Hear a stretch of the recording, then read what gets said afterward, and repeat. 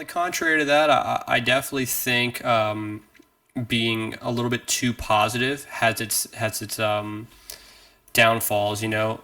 I've met people that are way too positive that they're kind of like pulling a wool over their eyes. With every issue that's arising, they're thinking that everything's going to be like okay every time. Ignorance is bliss. Yeah, which is never the case. You can't just be super blissful the entire time and just think that everything's going to fall into place. Like you play a crucial part in those actions to reach that completion of that goal or whatever it may be. So.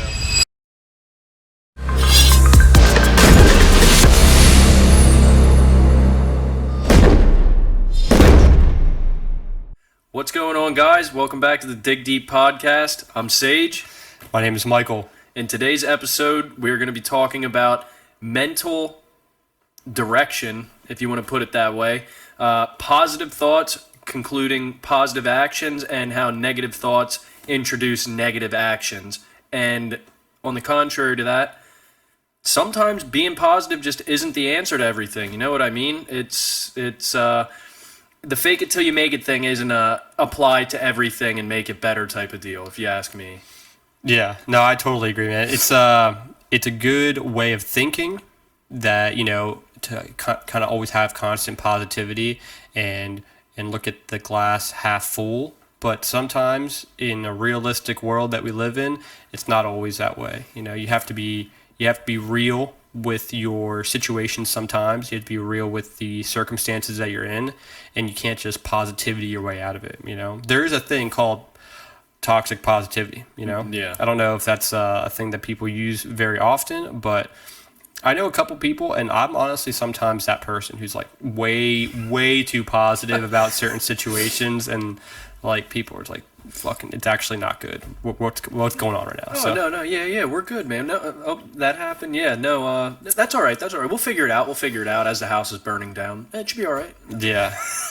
Yeah, dude. So I've actually had that situation happen to me a couple times where I've been a little too positive when I should have been a little bit more realistic, which doesn't necessarily mean I have to be less positive. It's just I have to understand the situation in its totality and understand that there are some negative situations that may arise within the circumstance, and I have to be real. That's the biggest thing. I have to be real about the situation. I have to be realistic. I have to solve the problem as quickly, as accurately, as efficiently as I can, but don't just think everything is perfect. I would say that's a way of thinking about it. Yeah, you almost have to be a realistic optimist. Yeah, I would say that's true. If you let that negative energy in, even doing real estate, doing construction, like I know I've learned very quickly throughout my time doing construction, learning, I know I talked about it before earlier in the episodes. I wasn't a concrete guy leading up to me being on my own. I completely learned concrete on my own, figured out the forming, figured out grades, figured out screeding, floating, edging, all that stuff with, I shouldn't say that. I got to spend like 20 minutes on a concrete pour at Dolly a few times, you know what I mean? Just enough to be like, hey, how the hell do you do this? Yeah. And have somebody who half-ass knows how to do it show me. So the refining happened throughout my time. I'm very hard on myself. Definitely probably a more negative thought process when it comes to how you should go about things. But it has helped me get to the point where I've been able to recognize in the day when it's going to turn south for me, just by my mindset on things. Like, if you're setting up your forms and you're just having a hell of a time with grade, or you square it up off the house and you come out and you have 3 of your sides up and then the last side is all wonky, something to that effect, you know what I mean? If you're having a rough day, dude, and you can't keep a positive, optimistic, yet real mindset, that step there could ruin it for you. You know what I mean? And then it kind of goes to hell after that. Everything starts falling. Everything's a big deal. Every little thing that happens is something you're ready to take a hammer and break it with. Like, it is toxic. That I would honestly say that's probably one of the worst things you could do during any situation that you're really trying to accomplish. Is being a little bit too optimistic. No, being having a negative mindset, like having the just flying off the handle right away. You know what I mean? Yeah. Being quick to react, not looking at it in that realistic, like, it's all right. I just got to take these couple pins out, figure this side out, or step back, take a look at it.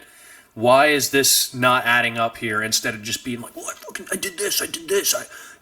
I like, Yeah, you know what I mean? You're so quick to just not even second guess what's going on in the situation because you want to call yourself a professional. You want to tell yourself, I know this stuff. I did everything right. You know what I mean? There's no reason this should be happening. Yeah. Your ego kind of feeds into it a little bit, I feel, if you're somebody that holds themselves to a standard. Yeah, and then when you prove yourself wrong, you're like, oh, well, that's fucking stupid. I don't even know why they did it that way. It's like, well, dude, you did it wrong, all right? You know what I mean? Yeah, just eat it. Like, all right, I messed something up. I'm not perfect, but... Yeah.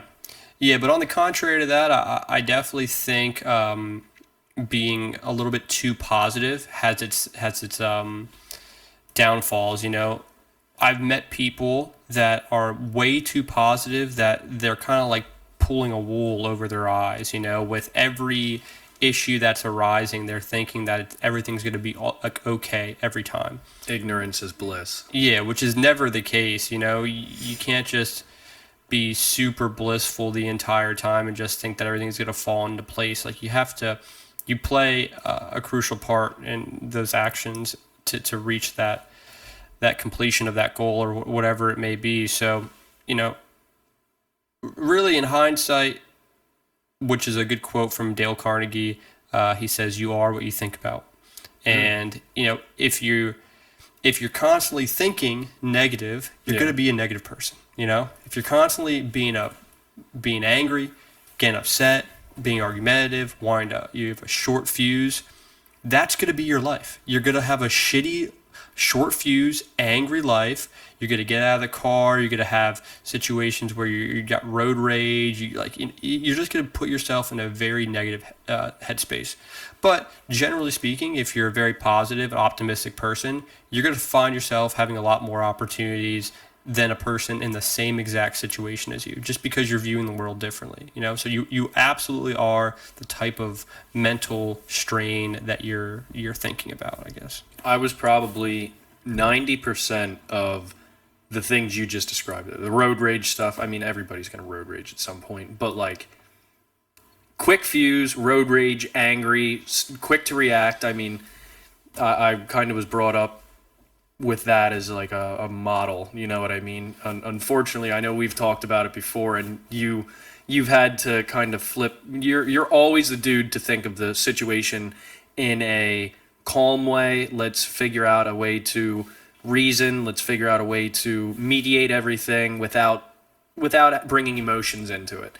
And there's been a couple times where we've talked where you're like, dude, I hate to admit it, but it wasn't working being calm and talking to this person, but the second I showed them that I'm not taking their shit and I raised my voice or I got a little bit more direct, it worked. And I remember specifically, you're like, I hate that. I hate that works. Yeah. Because it's so easy to be like, wow, I could just be angry and yell and this and that and things will happen my way. And that's not the case at all. It might work. Sometimes it doesn't. But I can't tell you how much better my life, the way my thought process is, the way I view things has changed by not feeding into that anger, that instant reactivity, then just the whole negative thought process on things. Like, it's very, very easy to be, is the term cynical? Mm-hmm. It's very easy to be cynical about everything. Yeah. It's harder to actually have hope and faith and that good balance of, I think this is going to work out in my favor, or that's not even worth me wasting my energy on it. I tell that to Sam a lot now. Like, we only have so much energy that we can exert in a day or in a week or even in this hour that we have together. Like, the negative stuff, like, it's not even something you should even take your reserves or your surplus of energy and use any of it. Like, it's just not even worth it. Yeah. Yeah, I think there was a quote from Mike Tyson. He said, "Everyone has a plan until they get punched in the Yep. face, dude." Yeah, getting angry is should not be the resolution to a problem. Yeah. And when dealing with people, like especially let's say customers, getting angry with them is not going to be the resolution. You know, there's only certain case situations where anger works, but more times not, especially when you're dealing with an actual problem that doesn't deal with a person, getting angry and frustrated about the situation will not solve the problem. You have to look at it in a methodical way and kind of understand that you're looking kind of at like a puzzle, and you have to solve Yeah. this puzzle in order to progress to the next level. You know, Yeah, that's kind of the way I think about it sometimes. Yeah, you almost have to read the person and do a quick synopsis of what that person is about in those situations to prevent it. Yeah, I treat everyone like it's a little like it's a little puzzle, dude. That's what I Yeah. think about. I'm like, oh, you're kind of a difficult puzzle. What's the deal with you? Got a lot of pieces. Yeah. And I gotta figure out how to. I'm on to this 1,000-piecer. I just left that 250-piecer. I was in and out of there quick. You got a 5-piece person, dude. You're like, oh, fucking this guy's stupid. You know? 5-piece person. That's probably those overly optimistic people. Yeah. Because nothing's gonna be wrong. Oh, well, we got to change this. Oh, well, great, Yeah. fantastic. Okay. Yeah. Yeah. So really, it's a good way of living is to be positive. Think about the good things in your life. Think about the direction that you're moving your life and align yourself to the upward positive direction of where you want to go. But during that journey, there's going to be dips, and you have to roll with those dips, and you have to understand that being positive isn't always going to be the best way. Likewise, when there's a dip and you're super negative, that dip's going to last so much longer if you continue to be negative about the whole situation, you know? Yeah. Kind of be upset about it. You know, I've had situations where I've talked to people, like a mentor of mine, and, you know, he said, you know, I'll give you today. You could be upset about it today, but tomorrow, like, get the fuck over it. You know what I mean? Yeah. Like, what's the whole point of just being in sorrowing about a certain situation so much? Like, okay, yeah, be sad, but don't be sad for too long. Yeah. Take your time, grieve, whatever. That makes sense, dude. I would definitely say I don't know how many people are listening that have seasons. I don't know how many people are on the East Coast, Northeast Coast specifically, but for me, and this is something I noticed more in the time that I've been working with myself, but I wouldn't call it seasonal depression. But dude, it's a lot harder for me to be positive once January rolls over and we're like end of January, February. I don't know why. I personally struggle at that time of year with it's slow for me. I got a lot more time on my hands, and an idle mind is, if you ask me, the worst mind. Yeah, there's a quote for that. It's idle hands are the devil's playground.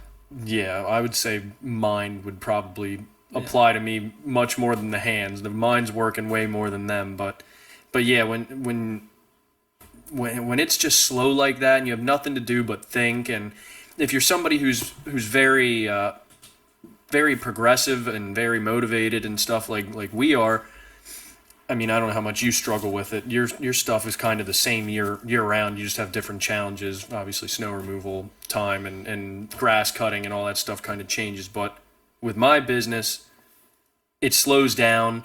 I have to wait for things. I'm playing with the weather a lot. The weather pisses me off so much as a contractor, dude. That like all the stuff that I can work around in the summertime, come wintertime, the cold, the weather. There's snow on the ground, it's muddy, it's this, it's that. All those things eat at me a lot more during that time of year, and I've noticed that it's much harder for me to stay positive about the situations that I'm dealing with during that time. And I think it's because there's so many more things stacked on top of each other happening at once that, I mean, I'm not afraid to admit it. I'm not a developed enough person yet to be able to navigate that part, but I have been making strides each year to try and reflect and notice, like, hey, that really sucked. Why did that suck so much? Why was I so miserable? Why was I so pissed off and short? And why was that such a bad little snippet? And and starting to like kind of catch on to that stuff. And I feel like once you start catching on to your own rhythm, you're able to manipulate it then and change it. Which I guess would be your thought process. You know what I mean? Seeing the positives instead of the negatives. But I feel like it's healthy to almost experience those negatives as you would deal with them naturally, and then build off of them. Yeah, no, yeah, I would say that's a good point.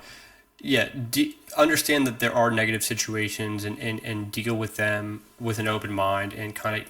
It's so hard to say that and then expect people to do it, but it's a part of your brain that you have to train. You have to understand that you have to realize when you are feeling a certain way, and try to contribute within your own self to get over that feeling if it's a negative feeling.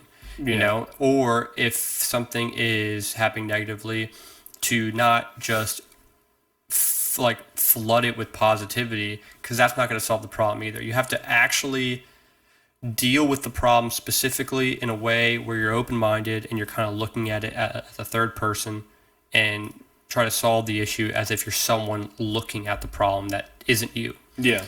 And it's hard to it's easy to explain, but hard to actually do that. Yeah, I think it takes. So I'm somebody who learns by experience.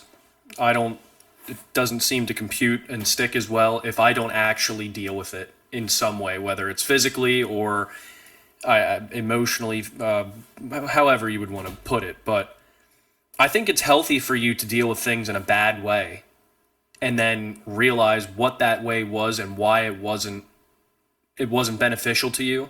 More or less, obviously, thinking negatively as what we're talking about and stuff like that. But when it comes to the mental stuff, for me, I've found out that it sticks much better if I deal with things almost in a bad way at first, and then I look back and I'm like, well, I don't like how that looks. Like, that wasn't a good look for me. You know what I mean? And then it's like rock solid. Like, oh, okay, well, now that negative thing made me do this. I really don't like when I do that.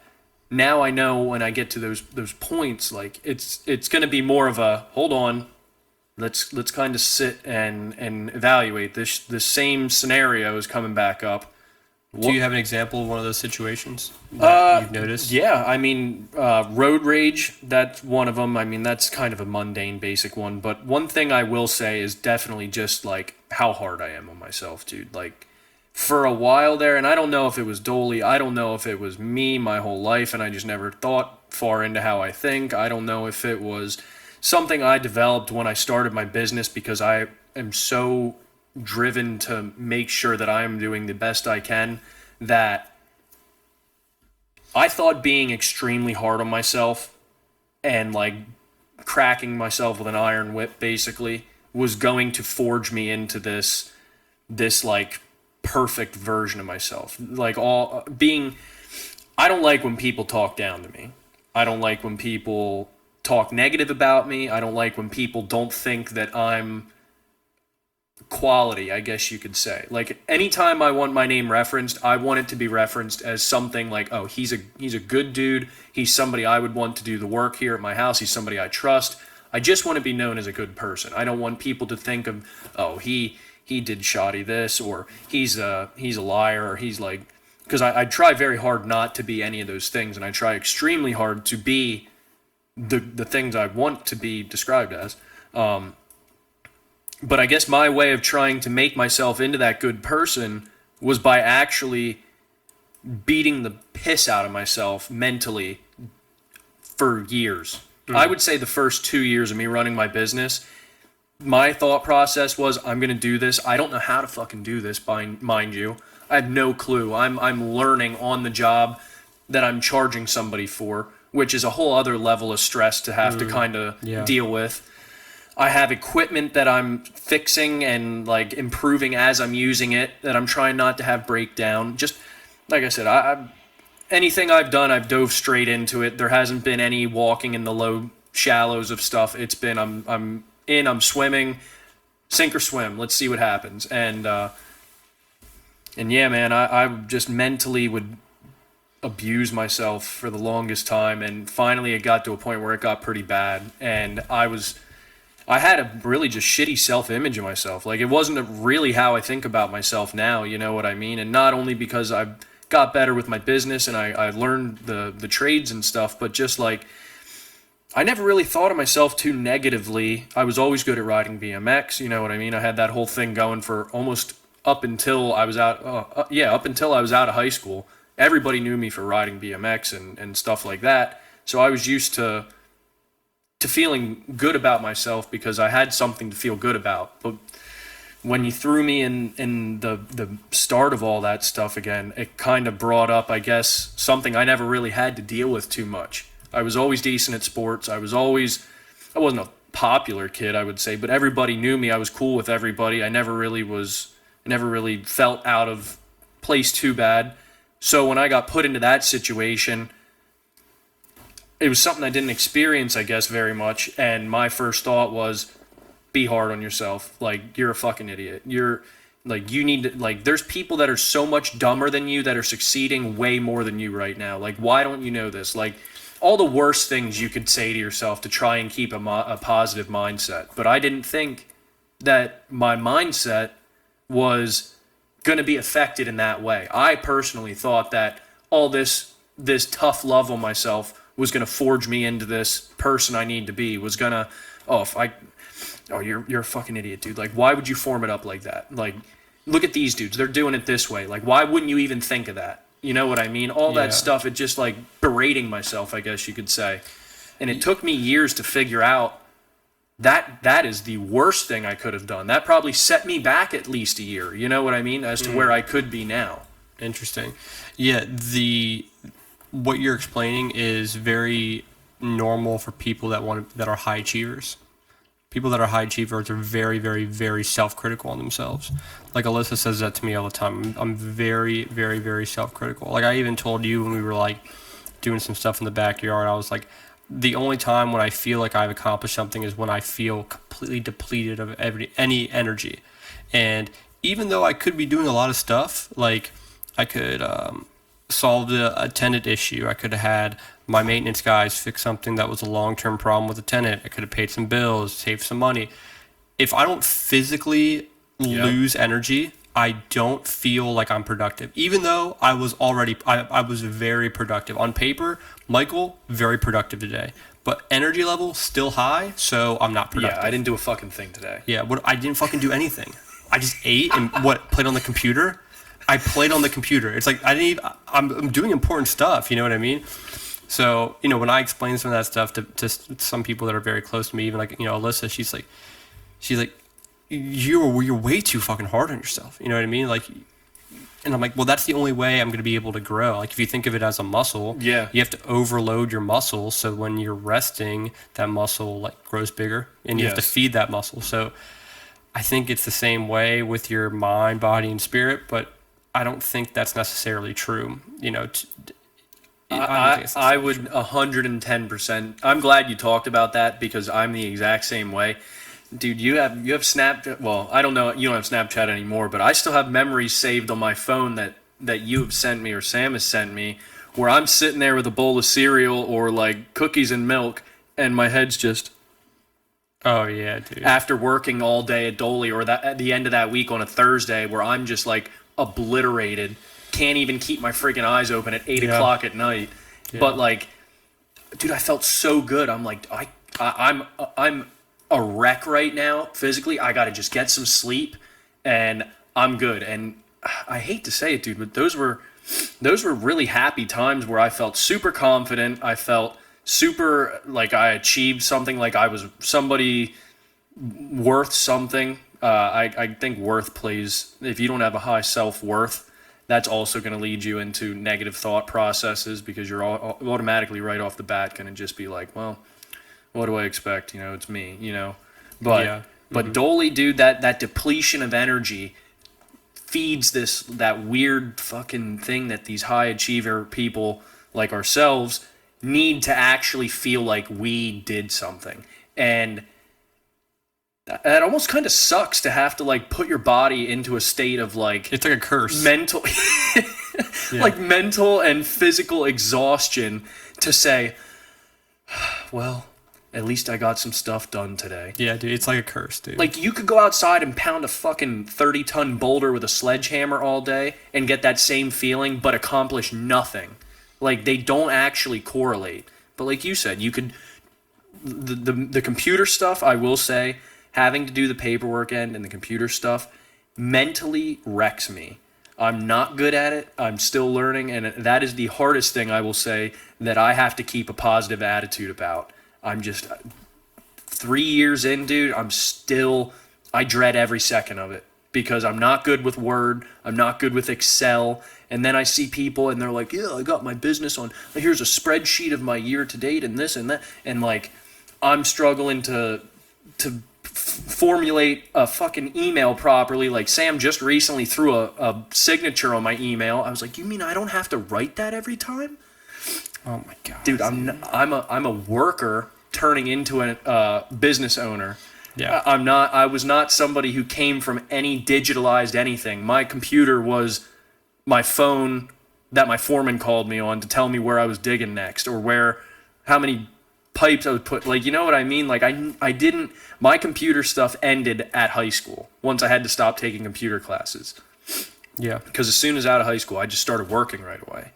So I'm like having to get back into it, and we progressed so much. I found out like a metric shit ton of progression on that computer stuff that there's so much to learn now. It just overloads me. But that was something else that I beat myself up very badly about, and it made me dread actually doing my estimates, actually sending emails, because as soon as I type it up, oh, dude, I sound like a fucking idiot. Like, this email probably looks so unprofessional. Like, did I word this right? You know what I mean? I'm not the most articulate. I wasn't the best English student. The thing is, though, dude, you are articulate. That's the shitty part about it. You're like, for some reason, you think that you're not articulate. Dude, like, you're talking on a fucking podcast right now. We're talking about a bunch of interesting stuff. Like, you are very articulate. You're a very smart person. For some reason, you don't think that. It's another one of your weird brain things where you're saying that you're not good enough, but you are, dude. Yeah, you are very smart. I guess it's not flushed out of me yet. Yeah, dude. So it's just like, you just gotta like fucking, walking example. Yeah, it's very interesting. Like I said, dude, you're not the only one. I feel the same way. I feel like I'm faking it sometimes. We talked about that already. I just feel like I'm faking it. And at the end of the day, you're not, and I'm not. We're doing it, and that's where the positive self-talk kind of comes in. Where you're too self-critical on yourself. You start thinking negatively, but then you have to realize, like, fucking wait a second. Like, I am actually doing so. Like, if I compare myself from when I first started to now, there's been an upward inclination of growth, money, productivity, customer base. Like, I am moving forward, even though it doesn't feel like it. And if you bring it back down to the fucking bare bones platform of what we're doing, we're still running our own lives. Like, that's something that a lot of people that I what is it, like, in the first 2 years or the first year, 5 years? 5 years. First 5 years, what is it? 50% of businesses fail. The statistic always changes, but that's the one that I heard. Okay. In 5 years, over 50% of like startup companies fail. Gotcha. Well, I mean, just you've been doing it longer than I have, obviously, since you were 21. But I mean, just the fact that we're doing this, like, that's something that I've been trying to remind myself of lately. Just that I'm still in charge of every aspect of my life. Like, that's a really cool thing. You know what I mean? Mm-hmm. There's not one thing that you should be ashamed of when it comes to doing that. I mean, as long as you're not like exploiting people or like selling organs or something like that. Yeah. Yeah, it's true. Definitely don't do that. For me, I'm around a lot of people at times that are just normal, and I'll sometimes kind of poke and prod at their personal life, and then they obviously voluntarily tell me some stuff. I realize a lot of people don't save any money, dude. There are some people that literally, they are working paycheck to paycheck. They have to deprive themselves of certain normal commodities just because they don't have enough money. Mm-hmm. And it's very, very, like, I know a handful of people, normal people that are like that. So I always, like, I wouldn't recommend you or me to compare ourselves to people that are just like 9 to 5 normal people. But if you would, you'd be shocked at how much better you and I are doing than most people. And I'm not trying to shit on people when I say that, because what we're doing is a little bit different, but the risk is much higher for us. You know, we could fail. Yes. So that is always a big negative. But you know, we don't think about that one. Yeah, we put that in the back of our heads and just hope that doesn't happen. But yeah, you just got to think that, you know, you're doing good and everything's moving in an upward position. You know, everything's moving. Everything's inclining. Dude, it would be really cool to actually maybe interview at some point, maybe have somebody on the show like your mentor, one of your mentors, Carlos, like just somebody who's been doing it for a really long time, or even multiple people. Maybe we could talk to people and be able to recite some of the information we learned if we can't get them on the show. This would be a hot room if we did that, dude. There'd be a lot of body heat. It's already hot as shit in this room, I know, dude. You have it at 74 in this structure. Yeah, well, keep here. it down, dude. All right. Money bags over here with the heat on in freaking springtime. Yeah, well, dude, it would be hot. Yeah, it would be maybe too warm. I would need a fan here, but but no, it would be cool to interview them to see how their mental trajectory was based on what we're talking about now. Like, did you always? Because there aren't many people that are succeeding that I see get affected by much. Like, obviously, there's some hotheads that are always been a hothead that have just made it to the point that they're at being the way they are. But they're known for that. You know what I mean? You know, oh, that guy, yeah, he's nice, but man, he's a handful to deal with. Or oh yeah, I know him. He's loud, he's bold, whatever. But a lot of people that I've seen, and there's a gentleman that I follow on Facebook, and he goes around and he asks millionaires all sorts of like interesting questions. What did they do? How did they make their money? What made them get into that line of work? What was the most beneficial piece of information that they could to give to new entrepreneurs and stuff? And every one of them just they seem so calm. Like, I mean, obviously they're being recorded. It could be staged. They're trying to be stoic. Yeah, you know? Maybe they're not like that, but there's also a lot of people that I've seen naturally that have been successful that they're just like, well, whatever, you know what I mean? Like, my life keeps going. I can't picture that every or a majority of them were like that throughout their whole career. I feel like there was probably a portion of it that we're kind of experiencing. Excuse me, that liquid death. There's probably a portion of their life that they experienced the same things that we were going through. And it would be cool to learn how long it took them to, if they experienced it, how long, or what their experience was, should I say, how long it took them to progress through each step to get to that point in their life where they really have themselves understood, their environment understood, and what they need in and out to be that calm, like concise, stoic, non-reactive person who just has their own mental clarity set up. You know what I mean? Entrepreneurs, successful people, they always have a drive. Like, I don't think that ever goes away unless you've made $1 trillion on freaking Bitcoin or something like that, and you just don't have to work anymore. You know what I mean? But people that actually work their whole lives for something that they created, I can imagine they went through an emotional roller coaster at some point or another. I can't imagine it was just, oh, yep, we do this. Yep, I started this. It went great. Yep, cool. And yeah. I'm still just the way I was when I started. Yeah. No, yeah, I know what you mean. Yeah, most of those people are very cool, calm, and collective. And I think it's just, from what I've known of the small amount of people that I've talked to that have reached a specific level of success, they've endured so much that small problems seem very insignificant. Like, when I talk to a mentor or two of mine where I tell them these big issues, they're very unfazed by it because they've already been through those problems tenfold. Yeah. So, like, this problem comparing it to where they're at is a very, very small problem. So if you like combined all those specific situations over time, they've dealt with so many problems in their life that they're very relaxed, very cool and calm, because they kind of have a solution for every problem that they kind of put all their problems in a very short amount of time very quickly, and that kind of led them to the position that they're in, so yeah, it's a cool personality type to have, though, to be very relaxed, very methodical, very smart, very elegant in a way where you're just like, this guy.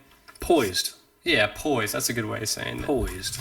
Like, that's a cool thing. And you can't, I don't think you could really fake that, because then if you've put yourself in a position where you're like, you have to make a dire decision or something's urgent and you're not poised, then it's like, then you're just basing your decision. Yeah, you're either putting on a front or you're back to your primal instincts of either negative self-talk, anger, impulsiveness, ego, all those bad things that you strive to not let show, or if you strive to not let them show, that they would definitely pop right back up. You're back down to you went through your list and now you're in the reserves again. Yeah. Like if you had like 2 or 3 guys in a crew of yours that was, concrete, and a guy came up to you, one of your employees, and he was like, Sage, I fucked this whole corner up, dude. There's concrete everywhere. You may have dealt with that situation once before, so instead of responding in anger, you could be like, all right, man, well, hey, you could kind of correct the issue in a way that doesn't seem like you're like gonna explode. But let's get it fixed, and then I'll talk to you afterwards on what you could have done better. Kind of maybe scold you a little bit, but you have to be, like you said, poised in a certain way where you kind of get the issue corrected and then keep moving. And if you deal with those enough times, bigger problems over time, your personality kind of changes, I could imagine. You're just more chill. Do you want a funny example of how I kind of had a situation like that? Okay, yes, let me hear one. So that 200-foot section of sidewalk we were doing for the church on 6th Street. Okay. Dylan was working with me at the time. Dude, I fucked up. I fucked my measurement up. I had to carry center line for the joints because this is a 9-foot wide by 200-foot long section. 4.5 foot by 5 foot in the back, 4.5 by 5 foot in the front. The joint from the start to the end had to be as perfectly straight as possible so that it looked as good as possible. The curbing we had to do was a new style I've never done. This was a pretty elegant design that the inspector wanted. It was curb in the front, it would come around, and then it wrapped into that central joint that runs the whole length of it, and then it ended at grade there. So I had to blend these wrapping curbs into that, which, if there's anybody who does this line of work, looking back on it now, it's not that crazy of a design, but to have 2 35-foot wide entrances that I had to form up, and when you do that stuff, at least for me, I like to do it in sections. So I'd like to get all my curb in and then fill the rest in. I would do the back row of sidewalk if I had to, or I'd do a section at a time and jump down through and knock it out as I went. But basically, got my curbs in, everything was good. We did sections leading up to this area here. I did the first entrance, that came out great. There was another probably 80-foot section in between that, and then there was another entrance. Well, when I did my backing form for my entrance, I didn't put it at the right spot.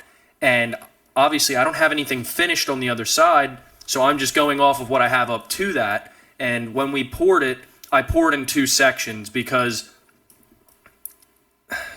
the guy I get my concrete from, I love him. He's an older gentleman. It's metered because it's only me and one other dude doing 40-foot by like 9-foot sections at a time, so I have more time to work with it rather than if I got a ready-mix truck, it would set up on me a little quicker than I'd like. I might lose it. It's not something I like to risk. But at the same time, the guy's concrete isn't always consistent, or the slump that I wanted at on a slope. If you do a slope, you need a higher slump. I guess it would be lower slump. You need a lower slump. so that it's stiffer. It holds its form. Because when you work concrete, it's partial water. It'll wiggle and it'll settle and go to the bottom, and it doesn't keep that shape. So I had to do it in sections because I knew for a fact I wasn't going to be able to get the incline and the flat that was supposed to be on a certain grade with what I was going to get from him. So I pre-planned. The back joint, dude, I overlapped the central line by like 3 inches. I still don't know how it happened. I don't know if I did my measurement with the 2x4 on one side of it, and then when I formed it up and made my mark, I did it on the wrong side because I was rushing, trying to get stuff done. Yeah. That was right when my GMC took a crap on me and I had no dump truck. I was using my dump trailer and my Cummins to do everything on this 200-foot section. But yeah, dude, I had to take a string line, I should say a chalk line, and run the whole length of it. After we poured it, I'm standing there looking at it like, damn, dude, this came out really good. Joints look good. All this looks good. I stood on the finished side and looked at it. I'm like, oh my God, dude, it doesn't line up at all. Like, it's really bad. Like, it would have been like a 2-inch deviation. So I would have had a straight line, and then it would have went like this, and then 40 feet later, it would have went back to where it should be. It would have looked terrible. And I'm like, this concrete, mind you, is hard to the point where I broomed it already. Like, whoa. Yeah, I broomed it. Like, it was done. And I'm looking at it like, yeah, we killed it today. And I seen that, and I'm like, fuck, what do I do? What do I do? What do I do? I don't know how to deal with this. I panicked for a second. I'm like, dude, we're putting expansion there, up against it, and we're Sikaflexing it. How do I deal with this? And I thought. I chalk lined from the joint where it was supposed to be, snapped it, took my chop saw to the concrete right after I poured it, while it was still greenish, cut the whole back of it off, dude. It's jagged. It's some parts are harder than others, so like my saw's walking a little bit, like it's crooked. I told Dylan, I said, grab that 2x12, or well, it's a 2x4x12, and I was like, grab that, bring it over here now, dude. I took some water and I took my edger and I had him hold the one end and I held the other end, and we went back and forth, and I edged the whole thing and put a new edge on it with a 2x12 as my guide, trying to fix the jagged parts and everything. And I'm shitting bricks because I'm like, if this turns out like crap, I have one beautiful entrance and now this one's gonna look like a wonky piece of shit. Yeah. Like, what am I gonna do? But dude, it was not perfect to the way I would have wanted it, but I can guarantee you I'd take you there now and tell you to pick out which entrance I messed up, and you wouldn't be able to. Wow. But dude, that was That's some quick thinking. That was the only thing I could do. I cut it off and I'm like, I hope it's workable enough, you know what I mean? Because like, if it wasn't, dude, it was gonna look terrible. And that was one of those where I had to put my emotions and my, you stupid son of a bitch, like, I can't believe you did that. Why? Like, you need to think about, like, why weren't you? Dude, that's the worst feeling, dude. Like, where, like, you just get flooded. You're like you're about to just shut down. Yeah, it was like, you moron, you idiot, you this, you that, you should have done this, you should have, like, all the stuff that doesn't happen like, that doesn't happen very often, but, dude, that is the worst feeling. It's, like, worse than being, like, anxious or whatever. Dude, that's, like you're just like about to melt down. That's like, where if somebody is working with you and they're like, well, should we do, and you're ready to be like, shut the fuck up, like just let me alone, you know what I mean? Like, hold on. Like, that's when you see, I feel like if you work for like anybody and there's a shitty situation, as much as you're trying to help that person, they may be flooded like that and they just need to process what the hell's going on. And if you're throwing maybe we could just do this, we could do that, and it's like, dude, shut the fuck up. Let me figure out what we're going to do. I appreciate you helping me, but I need you to just let me alone for 30 seconds to get this stuff figured out. Yeah. But yeah, luckily Dylan was just like, he was like, get me the saw, get me the chalk line. Okay. Yeah. Yeah, I've had that experience once or twice before. I've had that experience once where we had that tenant that their ceiling collapsed on them. Yeah. You know, which is really just a piece of their drop ceiling, like a drywall piece of their drop ceiling, because an upstairs tenant had a leak, a small leak that accumulated over time that ended up breaking it. But dude, once I got that call, at 2 a.m. in the morning on a work day, dude, I'm just like bum bum bum bum bum bum, like I'm like it's like strobe lights in my brain. I'm like, oh my god, dude, how are you gonna figure this shit out? I drive there, I look at it. You just have to assess the situation as best as you can, try to come to a conclusion. It's never gonna end up well, like if a tenant calls you with a drop seal, like a piece of their ceiling that's missing, it's on the ground, it's all over their kitchen. The conclusion is going to be a pain in the ass for them. Like what, you can't just snap your fingers and all of a sudden like it's clean, they go back to bed. It's like, hey, I'm going to do something here now, and then I'm going to make sure that there's no issue, any current existing issue that you have to deal with this evening. We're going to clean this up. We're going to do the best we can, and then the following day we're going to come back and we're going to fix everything. And it's going to be it's upsetting. It's upsetting for that person, but there's no other option. Yeah.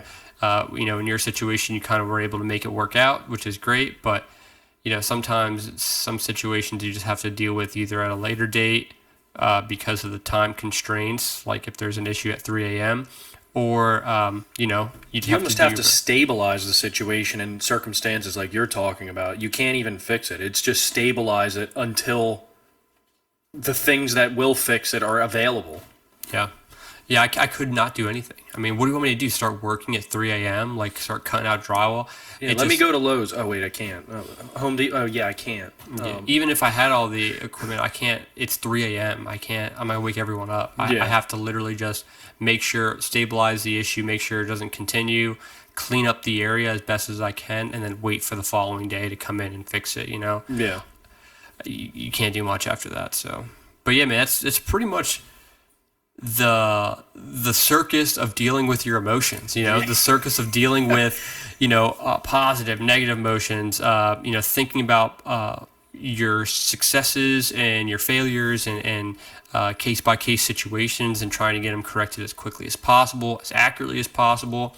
And it's never going to be perfect, dude. I've said that once before. It's never going to be perfect. Do not strive for perfection. Strive for completion in a perfect way. Yeah. But perfection is never a thing that I try to strive for. It's the latter. So, it's just a big emotional circus that you have to sort out and figure out over time. And in our line of work, we're kind of on the express lane of it. When a person's just a normal working job, they kind of deal with those situations very seldom. But for us, it's like we're always dealing with those situations. So we're going to get better a little bit easier. And then ultimately our attitude over time is going to be a little bit more lackadaisical, a little bit more relaxed, a little bit more mellow, because we've gotten our emotions jolted so many fucking times that we're just going to be like, yeah, go ahead and get that. Like, you just can't, you're a human being, so. Dude, there's already been situations where I've been on jobs or I've went and talked to like general contractors and stuff like that, and they're like, yeah, we're gonna have to dig all this out. Like, this is all messed up. This is all that we can't do that because it's all one. I'm like, dude, settle down. We can actually do everything you're saying we can't do. We'll just do this. It's like you said. It's those situations you've put yourself in, you've been thrown in, or you've had to throw yourself in them to figure out what is and isn't possible. And I will say it's terrifying in a way. It's anxiety inducing. It's like a whole cycle. It's like you get the fear, the anxiety, the self-doubt comes, the rationalization and the self-talk to tone yourself down and get a fucking grip on what you're sitting on and bring yourself back to reality. So you have your moment of realization, and then you have the realistic progressive thought process that I feel happens. And I don't think that goes away for a very long time. If it ever goes away, I feel like it's just like your bitch voice, like David Goggins says. It just gets quieter. It just gets quieter as you talk it down or as you deal with it. You know what I mean? Yeah. Yeah, your inner bitch. Like maybe we should be a little bit. Shut the fuck up, dude. No, we're not doing that. Like, we're calm. We've dealt with this. It's not a big deal. But it takes time to do that. It takes time to build that. You have to be able to identify it. You have to be able to know that that's what that voice is, because your bitch voice, believe it or not, is the same voice you hear every day in your head. It's not like it has a higher pitch or it's squeaky. I mean, maybe. I can say for me, it's the same voice that I say, "Good job, Sage." It's the same one that'll say, "You're a fucking moron. Why would you do that? You should go you shouldn't even be a contractor anymore. You shouldn't even do construction." You know what I mean? Yep.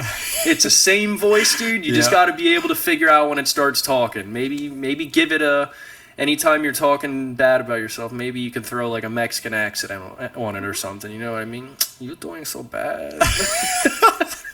Every time you hear the little Chiquita kick in or something, shut the fuck up, bro. Yeah. Yeah, dude, I've had that voice sometimes with like talking to tenants. Like if there's a problem and like a couple other tenants have mentioned it to me already, and then like I've already mentioned it to that tenant once before, and now I gotta talk to them again. Sometimes depending on the person, I'm like a little reluctant, and my bitch voice would be like, "Dude, just text him. Just text him, dude. Like you don't gotta call him."